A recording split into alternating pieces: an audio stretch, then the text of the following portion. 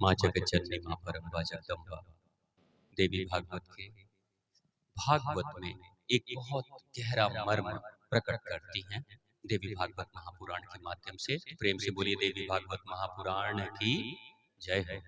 वो भागवत का पहला अक्षर क्या है? भ। भ का अर्थ होता है भक्ति, यानी देवी भागवत के भागवत की शुरुआत ही भक्ति से हो रही है।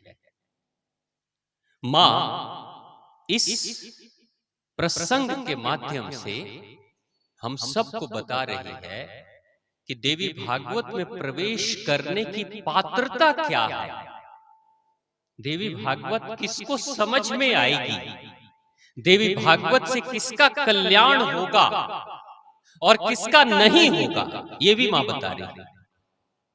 तो पहली पात्रता, भागवत की पहली पात्रता भ यानी भक्ति। भक्ति का मतलब क्या होता है? जो व्यक्ति भक्त है वो कहां से सोचता है, दिमाग से या दिल से? भक्त कहां से सोचता है माता जी? भक्त कभी भी दिमाग से नहीं, दिल से सोचता है, हृदय से, प्रेम। मां पार्वती साधना कर रही थी और मां पार्वती साधना कर रही थी शिव शंभू को पाने के लिए, लेकिन जो पिताजी हैं मां पार्वती के, उन्होंने कहा देवी देवताओं को कि मेरी जो सुपुत्री है पार्वती, वो उसको पाना चाहती है जो भस्म रमाए औघड़ों की तरह रहता है। उसका मन विचलित कर दो, उसका मन विचलित कर दो। तो सप्त ऋषि गए थे और कहे थे आपके लिए हे देवी हमने बड़ा सुंदर वर देखा है, बहुत सुंदर वर देखा है, वो है जो चराचर जगत को चलाता है, वो बहुत ही सुंदर है, सभ्य है, सुयोग्य है। और नाम लिया था कि उनका नाम भगवान विष्णु है, वो आपको वरण करना चाहते हैं। जैसे उन्होंने कहा तो मां कहती है क्षमा करें सप्तऋषि, मेरे हृदय में तो शिव शंभू का वास है, मेरे हृदय में शिव शंभू का वास है, चाहे वो जैसे भी हैं उनको ही मैंने वरण कर लिया है, उनको ही मैंने धारण कर लिया है। हृदय तो एक ही है ना, कोई दो दिल वाला बैठा है यहाँ पे? दो दिल, दो तीन दिल वाला? हाँ हाँ बेटा हंस रहा है, अच्छा। सबके पास एक ही है, दिमाग दो होता है, दो, एक इधर राइट साइड एक लेफ्ट साइड, दो होता है। और बीच वाला मिडिल वाला भी उसको थर्ड भी कहते हैं, तीसरा भी कहते हैं, मेंटल ब्रेन, मिडिल ब्रेन को। लेकिन हृदय तो एक ही होता है, दिल तो एक ही होता है। तो मां कहती है उस दिल में, हृदय में एक ही शिव शंभू का वास है। यानी जो हृदय से सोचता है, जो भक्त होता है, वो दिल से सोचता है और वो गणित नहीं लगाता। फायदा क्या है? अब मां पार्वती नहीं सोचेगी कि भगवान विष्णु के साथ चली जाऊंगी तो धन दौलत संपदा ऐश्वर्य सब कुछ मिलेगा, और शिव शंभू के साथ जाऊंगी तो मरघट और भूत पिचास बेताल और भस्म लपेटे हुए, न घर है, न मकान है, न बंगला है, और न ही महल है। राजकुमारी है वो।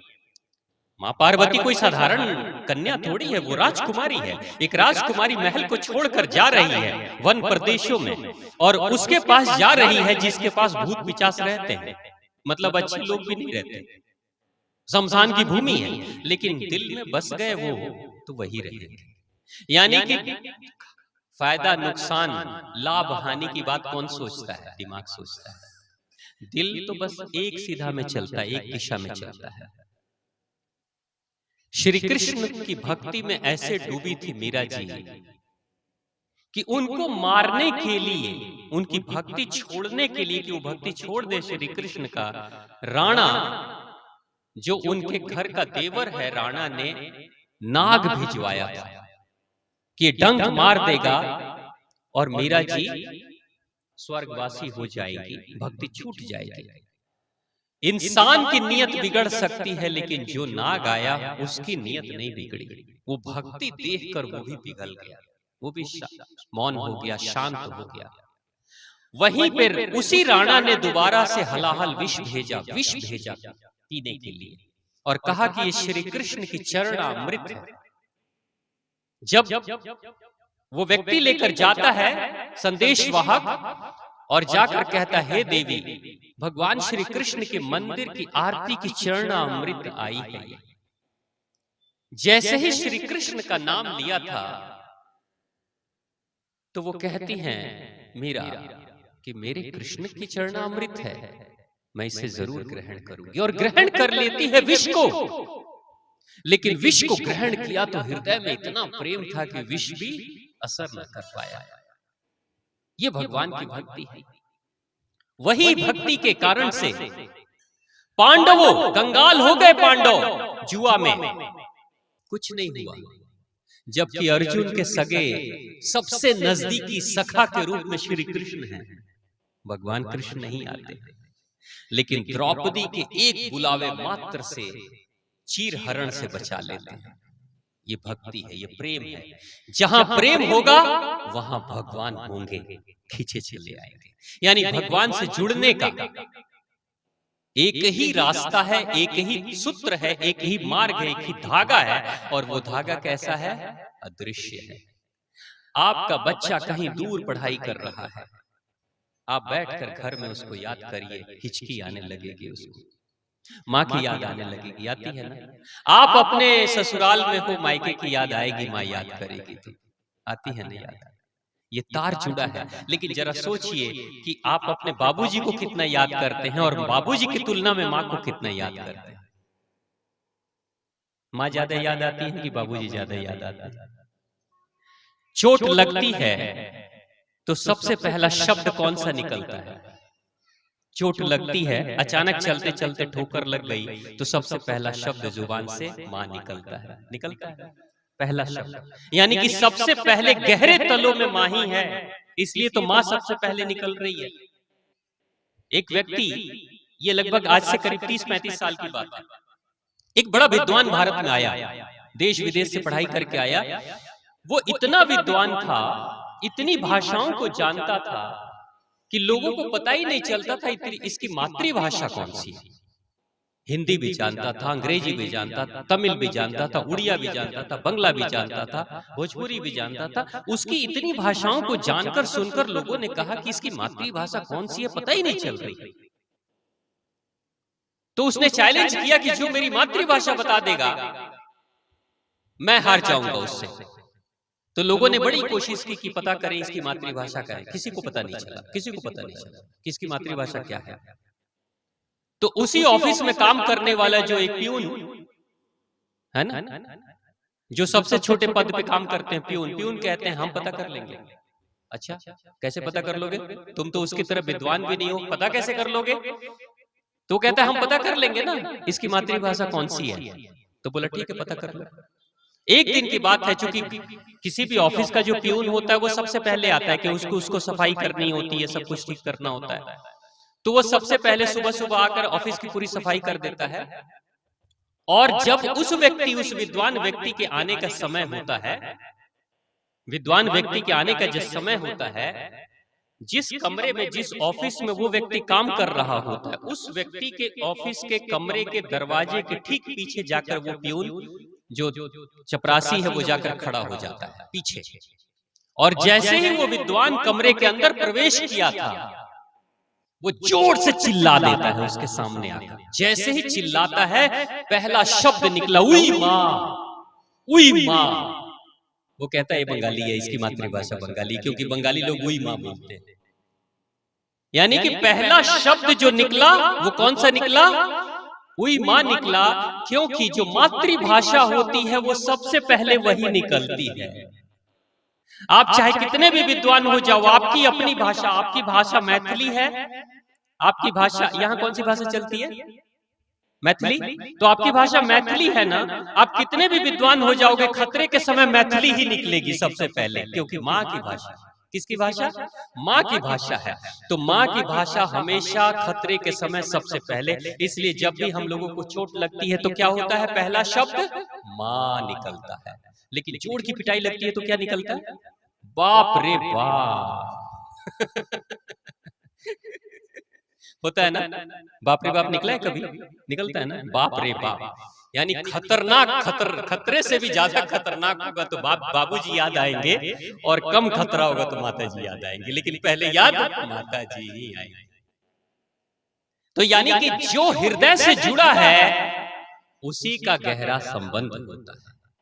तो भक्ति, भागवत की पहला जो अक्षर है यानी भ यानी भक्ति, आपके हृदय में भक्ति होनी चाहिए। यहाँ कोई शिक्षक बैठे हैं? कोई शिक्षक?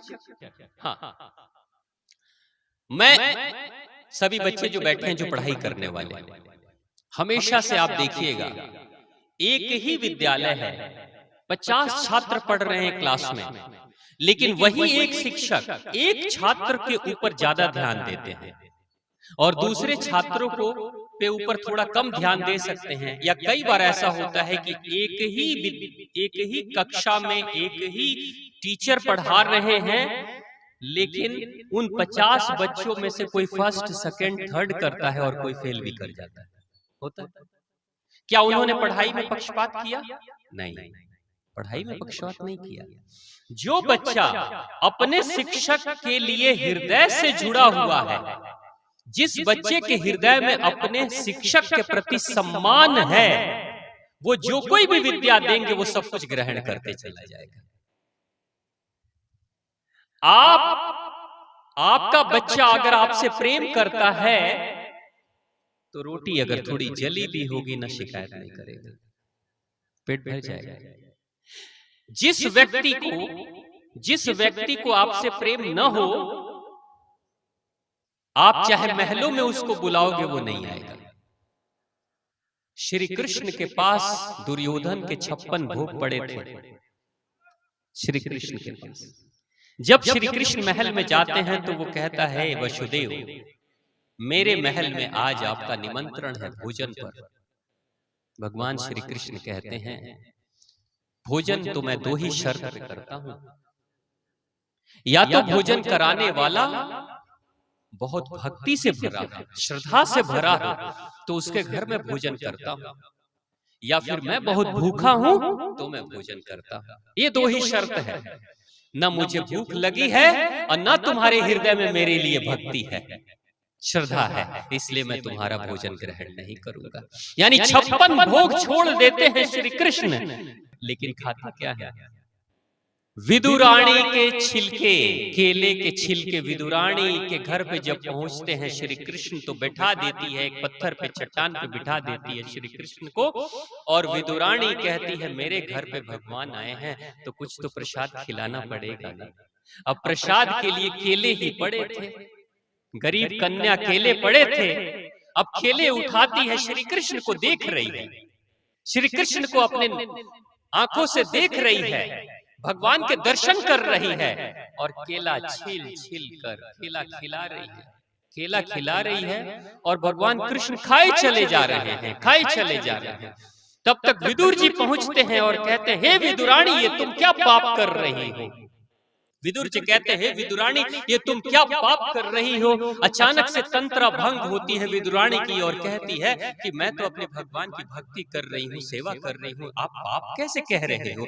तो विदुर जी कहते हैं, अरे देख तो लो कि तुम कर क्या रही हो, ये भी तो देखो कि तुम कर क्या रही हो। तो वो कहती है कि क्या देखूं, मैं तो अपने भगवान को भोग लगा रही हूँ, मैं अपने भगवान को भोग लगा रही हूँ। तो जब देखती है नीचे अपने हाथ के तरफ, तो छिलका श्री कृष्ण खा रहे हैं और केला की गरी तो नीचे गिरे चली जा रही है, केला का फल तो नीचे गिर रहा है, छिल छिल कर केला नीचे गिरा रही है और छिलका बढ़ा रही है। भक्त छिलका बढ़ा रहा है और भगवान भी छिलका खाए चले जा रहे हैं। उनको भी फर्क नहीं पड़ रहा है कि ये छिलका है कि केला खा रहा हूं, वो भी खाए चले जा रहे हैं, ये छिलके दिए चली जा रही, केला तो जमीन पे गिरे चले जा रहा है। 56 भोग जो छोड़ देता है वो छिलका जाकर खा लेता है। यानी वो खा कौन रहा है और खिला कौन रहा है? खा रहा है भक्ति, खिला रहा है प्रेम। केला नहीं है, केला का कोई महत्व नहीं है। तभी तो श्री राम, आप अपने भगवान को कभी झूठा प्रसाद खिलाओगे, भोग लगाओगे? सबरी तो अपने भगवान, जिस भगवान के लिए वर्षों से इंतजार कर रही है, वो सबरी झूठे झूठे भोग लगाती है और झूठे झूठे भोग प्रसाद खा लेते हैं। श्री राम खा सकते हैं, प्रेम जहां होगा वहां पे क्या खिलाया जा रहा है उसका कोई महत्व नहीं होता। प्रेम में जो भगवान और भक्त का प्रेम है, बस यही काम करता है। यही है भक्ति। देवी भागवत महापुराण का पहला ही अक्षर कहता है कि हृदय में अगर भगवान के प्रति भक्ति है, हृदय में अगर आपके प्रेम है, तो आपके अंदर पात्रता है देवी भागवत महापुराण में प्रवेश करने की। भक्त ही जब भक्ति करता है तो हृदय का केंद्र खुलता है, और जब हृदय का केंद्र खुलता है तो प्रेम सिर्फ अपने आप से नहीं, सिर्फ अपने बच्चों से नहीं, उसके हृदय में प्रेम का ऐसा अंबार आता है कि वो प्रकृति से भी प्रेम करेगा, जीव जंतुओं से भी प्रेम, सबके लिए हृदय में प्रेम की ही भावना रहती है। फिर कोई उसके लिए अपना, कोई उसके लिए पराया नहीं, सब उसके अपने ही हैं। ये है भागवत, यानी कि भागवत की जो कथा है हमारे अंदर प्रेम जगाती है। तो जो दूसरा अक्षर है ग, ग यानी ज्ञान। आप जरा सोचिए, बच्चे बैठे हुए हैं, बेटा आपका फेवरेट सब्जेक्ट कौन सा है? सबसे अच्छा सब्जेक्ट कौन सा है आपका, प्रेम जिससे करते हो? साइंस? और कोई आपका क्या है? कौन सा सब्जेक्ट आपको सबसे अच्छा लगता है, जो जिसको आप पढ़ सकते हो कई कई घंटों तक? अकाउंट्स? अकाउंट्स इतना कठिन सब्जेक्ट? बहुत बढ़िया। तो देखो, जिस किसी भी विषय में आपकी रुचि होगी, प्रेम होगा उस विषय से, उस विषय को बहुत आसानी से एक छात्र या छात्रा सीख जाती है। होता है ना? लेकिन जिस विषय में प्रेम नहीं होगा, उस विषय का ज्ञान नहीं मिलता। होता है? कभी आपने देखा? अगर जिस बच्चे को गणित में, मैथमेटिक्स अच्छी नहीं लगती, वो सीख भी नहीं पाता। यानी कि प्रेम होगा, जीवन के किसी भी क्षेत्र में प्रेम होगा, तो आप उसके बारे में सब कुछ जान जाएंगे। यानी भक्ति होगी, प्रेम होगा, तो ज्ञान मिलेगा, है ना? आप जरा सोचिए, कोई आपका मित्र है, नहीं नहीं मित्रता अभी हुई है, दोस्ती हुई है, अभी बातचीत अभी शुरू हुई है, लेकिन प्रेम है और मित्रता है और हृदय में एक दूसरे के प्रति बहुत प्रेम और भक्ति है, तो कुछ ही दिनों में वो मित्र अपने घर का, अपने खानदान का, अपने जीवन की सारी बात आपको बता देगा। ऐसा होता है? सारे राज, दो घनिष्ठ, दो नजदीकी मित्रों के बीच में कोई राज की बात नहीं रहेगी। यानी जो राज की बात आप अपनी सखियों से सारी बात कह देती होगी, जो अपने रिश्तेदारों से नहीं कहती होगी। होता है? क्योंकि जिससे प्रेम होगा, उसके सामने आपका हृदय खुल जाता है, और कोई राज नहीं होता, सब कुछ उद्घाटित हो गया, सब कुछ प्रकट हो गया। लेकिन जिससे प्रेम नहीं होगा, वो आपका खून का रिश्तेदार हो, सगे संबंधी हो, उससे राज की बात नहीं होता है ना बहन जी, माता जी, बाबूजी? कभी भी जिससे प्रेम आपको नहीं होगा, वो चाहे कितना भी महत्वपूर्ण इंसान हो, आपका सगा भाई क्यों ना हो, नहीं बताओ, प्रेम नहीं। यानी दो लोगों के बीच में संबंध किस कारण से बनता है? प्रेम से बनता है। लेकिन याद रखना, दो लोगों के रिश्तेदारी में, संबंध में, चाहे वो पति पत्नी का संबंध हो, चाहे भाई भाई का संबंध हो, चाहे सास बहू का संबंध हो, चाहे कोई भी संबंध हो, जब प्रेम आपस में नहीं रहता है, तो ऐसे ही लोग बाद में कहते हैं वो अपना कर्तव्य नहीं निभा रहा, वो अपना फर्ज नहीं निभा रहा है। पति शिकायत पत्नी की करता है, पत्नी शिकायत पति की करती है। ये प्रेम नहीं। जबकि सच्चाई क्या है? कर्तव्य, फर्ज, जिम्मेदारियां ये कुछ नहीं होती। अगर प्रेम होता है तो सब कुछ होता है, और प्रेम नहीं तो कुछ भी नहीं होता। चाहे लाख रटते रह जाओ कि जिम्मेदारी, कर्तव्य और सारा फर्ज है, कुछ नहीं होता ये सब। प्रेम है तो सब है। प्रेम है तभी तो एक फौजी, धरती माता से प्रेम है, देश से प्रेम है, राष्ट्र से प्रेम है। फौजी के सामने दुश्मन रहते हैं, भूल जाता है, वो कहता है मेरी मातृभूमि बचनी चाहिए, अपने घर वालों को भी भूल जाता है, और जान चली जाती है उसकी लड़ते लड़ते, लेकिन पीछे नहीं हटाता। यही प्रेम है। तो यानी जहां प्रेम होगा वहां ज्ञान होगा। अब तीसरा जो अक्षर है भागवत का, भागवत का जो तीसरा अक्षर है वो है वो का मतलब होता है वैराग्य। जब ज्ञान होगा तो वैराग होगा स्वतः। कैसे? अगर ज्ञान नहीं ना तो पकड़ लेगा। अज्ञानी लोगों को चीजें पकड़ लेती हैं। जैसे एक व्यक्ति गए अपने मित्र के घर पे, बहुत सालों के बाद मित्र से मिलने गए। मित्र ने बहुत स्वादिष्ट भोजन कराया और उनको एक कमरे में बोला कि आप यहीं चारपाई पर सो जाओ, कल सुबह में बाकी बातें होंगी, कल सुबह में हम करेंगे। मित्र चले गए, थके हुए थे, भोजन वगैरह बढ़िया भोजन किया था, खूब जम के खाया था, नींद आ रही थी, चारपाई पे चले गए सोने के लिए। तब तक उस अंधेरे कमरे में थोड़ी थोड़ी जो रोशनी बाहर से आ रही थी, चांद की रोशनी, उस रोशनी में उन्होंने देखा कि चारपाई के पाए के पास में नीचे कुंडली मारकर कुछ बैठा हुआ है। कुंडली मारकर गोल गोल करके ऐसे बैठा हुआ है। तुरंत से लगा जैसे कि नीचे सांप बैठा है। उस बाबूजी को लगा नीचे सांप बैठा है। अब जरा सोचिए, जिस चारपाई के नीचे सांप बैठा हो, उस चारपाई के ऊपर सोने वाले व्यक्ति को नींद तो बड़ी अच्छी आएगी, रात में आएगी बाबूजी? खराटे की नींद आएगी, हाँ आएगी। रात भर सो नहीं पाए और मन किया कि उतर के जाएं और अपने मित्र को बोले कि भाई तुम्हारे चारपाई के नीचे सांप पड़ा हुआ है, डर है कहीं ऊपर चढ़ ना जाए और डंक न मार दे, मैं सोऊं और कब चढ़े और कब काट ले और कब खत्म हो जाऊं कुछ पता नहीं। इसलिए रात भर चारपाई पर लेटे भी नहीं, बैठे बैठे उसी का ध्यान लगा रहे थे कि कहीं ऊपर न चढ़ जाए, ऊपर न चढ़ जाए, ऊपर न चढ़ जाए। रात भर बेचारे आंखों आंखों में ही देखते रह गए, सांप का ही ध्यान करते रह गए। और अंत में सुबह जब सूरज की रोशनी आने लगी तो मित्र आता है, दरवाजा खोलता है और मित्र कहता है, मेरे मित्र बहुत जल्दी जग गए, आज तो बहुत जल्दी तुम्हारी नींद खुल गई। वो कहता है, सोया ही कहाँ था जो नींद खुलेगी, रात भर तो जगा ही था, क्यों नींद क्यों नहीं आई? अरे कैसे नींद आती, चारपाई पे सुला दिया तुमने और चारपाई के नीचे तुमने सांप बिठा रखा था। सांप बिठा रखा, मैं अपने मित्र के चारपाई के नीचे सांप कैसे बैठा सकता हूँ? देखो सांप नीचे पड़ा हुआ है। दरवाजा खिड़की खोलता है मित्र और देखता है, कहता है वो सांप नहीं है, रस्सी लपेट के रखी गई है। वो सांप नहीं है, रस्सी लपेट कर रखी गई। अब किसानों के घर में रस्सी तो रहती है ना, ठीक है। अब जैसे ही रोशनी आई, जैसे ही सूरज की किरणें आई घर में, वैसे ही मित्र कहता है, हे भगवान ये तो रस्सी थी और रात भर मैं सांप सोच सोच कर सोया ही नहीं, खाना भी पचा ही नहीं, है ना? तो ये क्या है? उसको नींद क्यों नहीं आई?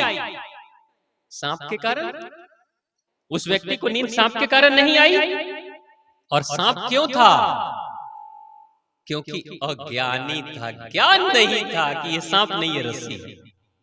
और ज्ञान रूपी सूर्य की किरणें जैसे ही आती है, कई घंटों, कम से कम 6-7 घंटे, 6-7 घंटे का कष्ट, 6-7 घंटे का डर, भय, चिंता 1 सेकंड में खत्म।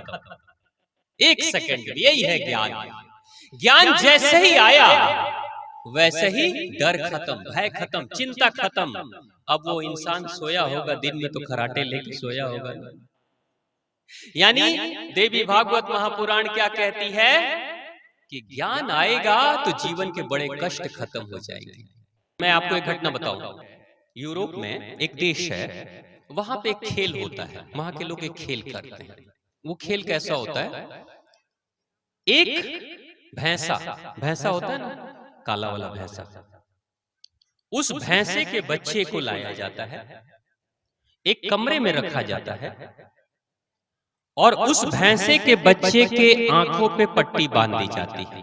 बचपन में ही, जिस दिन लाया गया उसी दिन उसके आंखों पे पट्टी बांध दी गई। बढ़िया बढ़िया खाना खिलाया जाता है उस बच्चे को, भैंसे को, खूब अच्छा, जो चाहिए पौष्टिक खाना, बेहतर खाना, ताकि वो खूब तंदुरुस्त हो, खूब मजबूत हो जाए, ऐसा खाना खिलाया जाता है उस भैंसे को। भैंसा बढ़ने लगता है, धीरे धीरे बढ़ते जाता है, बढ़ते जाता है, बढ़ते जाता है। 2 साल 3 साल में वो जवान भैंसा हो जाता है। और भैंसे कितने मजबूत होते हैं, कितने तगड़े होते हैं। और उसको तो रोज खिलाया जा रहा है, उसको जो अच्छा चाहिए वही खिलाया जा रहा है। लेकिन शर्त एक थी, आंखों से पट्टी कभी खुलेगी नहीं। बड़ा होगा पट्टी बदल जाएगी, लेकिन पट्टी फिर बांध दी जाएगी। अंधेरे कमरे में उसको रखा जाएगा, अंधेरे कमरे में रहता था, पट्टी बांधी जाती थी और खाना जो चाहिए, जो पिएगा, जो खाएगा, सब खिलाया जाता था। ये आज भी वहां पे ये खेल होता है, ये खेल आज भी यूरोप में खेलते हैं लोग।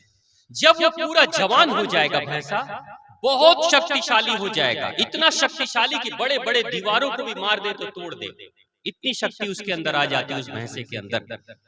एक दिन, जिस दिन वो खेल होता है, उस दिन सारे लोग शहर के आते हैं, और सारे लोग शहर में आते हैं, सड़कों के किनारे लोग खड़े हो जाते हैं, वहां पे दीवार है, सड़क है, मैदान है, फील्ड है, खड़े हो जाते हैं लोग चारों तरफ से घेर कर, और उस भैंसे को लाया जाता है, उस भैंसे को लाया जाता है, जवान व्यस्क शक्तिशाली भैंसे को लाया जाता है। और ठीक उस खेल के मैदान के बाहर पिंजड़े का जो गेट है, वो गेट को खोलने से पहले उसी दिन पहली बार उसके आंख की पट्टी भी खोली जाती है, उस भैंसे की आंख की पट्टी खोली जाती है, और साथ में पिंजड़े का गेट खोला जाता है और भैंसे को छोड़ दिया जाता है। भैंसे को जैसे ही छोड़ा जाता है, पता है भैंसा क्या करता है? भैंसा तेजी से भागता है, और तेजी से भागता है, और सामने कोई दीवार, कोई खंबा, कुछ भी मिले जाकर उसी से टकरा जाता है। कभी इस दीवार पे टकराया, कभी उस दीवार पे टकराया, कभी उस खंबे में टकराया। लोग देखते हैं, हंसते हैं, खुश होते हैं, देखो कैसे पागलों की तरह ये टकरा रहा है, पागलों की तरह भाग रहा है। टकराते टकराते भैंसा अपना सर फोड़ लेता है, लहूलुहान हो जाता है, पूरा शरीर उसका जख्मी, कहीं पेट की तरफ फटा है, कहीं पैर की तरफ फटा है। जब तक शरीर में शक्ति होती है, तब तक भैंसा दीवार से, खंभों से टकराते रहता है, और टकराते टकराते अंत में मर जाता है। अंत में वो भैंसा मर जाता है। जब मर जाता है, लोगों का खेल खत्म हो जाता है, लोग खुश होकर अपने घर चले जाते हैं। खेल खत्म, पैसा वसूल हो गया, लेकिन वो भैंसा वो पागलों की तरह क्यों दौड़ रहा था? वो मरा क्यों? क्योंकि ज्ञान रूपी आंखें बंद थी, उसकी पट्टी बंदी हुई थी। जिंदगी में पहले कभी उसने उजाले को देखा ही नहीं, कभी दीवारों को देखा ही नहीं, खंबे से टकराने से क्या होता है उसको पता ही नहीं था। उसे तो बस दौड़ना आता था, वो दौड़ने लगा, उसके पास शक्ति तो थी, शक्ति तो वर्षों से उसने अर्जित कर रखी थी, लेकिन शक्ति इतनी होने के बावजूद भी उसको ये ज्ञान नहीं था कि ये सामने खंबा है जो मेरे सर को फोड़ सकता है, ये दीवार है जो मेरे शरीर को छील सकती है, जख्मी कर सकती है। उसको ये पता ही नहीं था। टकराया तब पता चला, लेकिन जब तक ज्ञान होता कि इनसे टकराना नहीं, इनके सामने दौड़ना नहीं, तब तक तो उसकी जान चली गई, तब तक तो मर गया। यानी कौन, किसने मारा उस भैंसे को? अज्ञानता ने मारा उस भैंसे को। अगर उसे भी ज्ञान होता, वहीं पे एक भैंसा बचपन से खुली आंखों से देख रहा है। आप अपने घर में भैंस और भैंसे होते हैं, छोड़ दीजिए, कभी जाके टकराएंगे, वो लड़ेंगे, मरेंगे नहीं, आराम से घूमेंगे। उसको पता है सड़क पे जाने से क्या होगा, पेड़ों में जाने से क्या होगा, किसी से टकराने से क्या होगा। वो भैंसा नहीं टकराता, दूसरा भैंसा नहीं टकराएगा, जबकि वो भैंसा टकरा जाता है। यानी ज्ञान रूपी चक्षु जिसके बंद होते हैं, जीवन रूपी संग्राम में खुद ही टकरा टकरा कर वो व्यक्ति मर जाता है। यानी मारता कौन है? अज्ञानता, और बचाता कौन है? ज्ञान। तो ज्ञान जीवन में होना जरूरी है। देवी भागवत महापुराण में माँ यही कहती है कि जीवन में अगर ज्ञान होगा तो वैराग भी होगा। वैराग का मतलब क्या करना, क्या नहीं करना, ये पता होगा। दुर्योधन दुष्ट है, धृतराष्ट्र को ज्ञान नहीं है, और मोह ने ऐसा जकड़ा है। अगर धृतराष्ट्र को थोड़ा भी ज्ञान होता, जो श्री कृष्ण, जिस श्री कृष्ण ने भगवत गीता का ज्ञान दिया, और आज पूरी दुनिया श्री कृष्ण के भगवत गीता को पढ़कर ज्ञानी हो रही है, वो कृष्ण धृतराष्ट्र के साथ हैं, साथ हैं। लेकिन वो धृतराष्ट्र जो सिर्फ आंखों से अंधा नहीं, व्यक्तित्व के अंधेपन का जो शिकार था, श्री कृष्ण के साक्षात भगवान के रहते हुए भी ज्ञान प्राप्त नहीं कर पाता है। और 99 बच्चों को मरवा डालता है एक बच्चे की दुष्टता के कारण से। अगर वो ज्ञानी पिता होता तो क्या बोलता है, दुर्योधन मैं तुझे छोड़ता हूं, तेरा परित्याग करता हूं, वैरागी बन जाऊंगा, तेरे से राग छोड़ दूंगा, लेकिन अपने 99 बच्चों को नहीं मरवाऊंगा, कहता ना। लेकिन वो पिता इतना मतलब राग से भरा था, वैरागी नहीं हो पाया। उसको ये पता नहीं चल पाया कि इस दुर्योधन की दुष्टता के कारण से सिर्फ दुर्योधन नहीं मरेगा, 99 भी मर जाएंगे। यानी धृतराष्ट्र के 100 बच्चों को किसने मारा? लोग कहेंगे कृष्ण ने मारा, अर्जुन ने मारा, नहीं, धृतराष्ट्र की अज्ञानता ने मारा।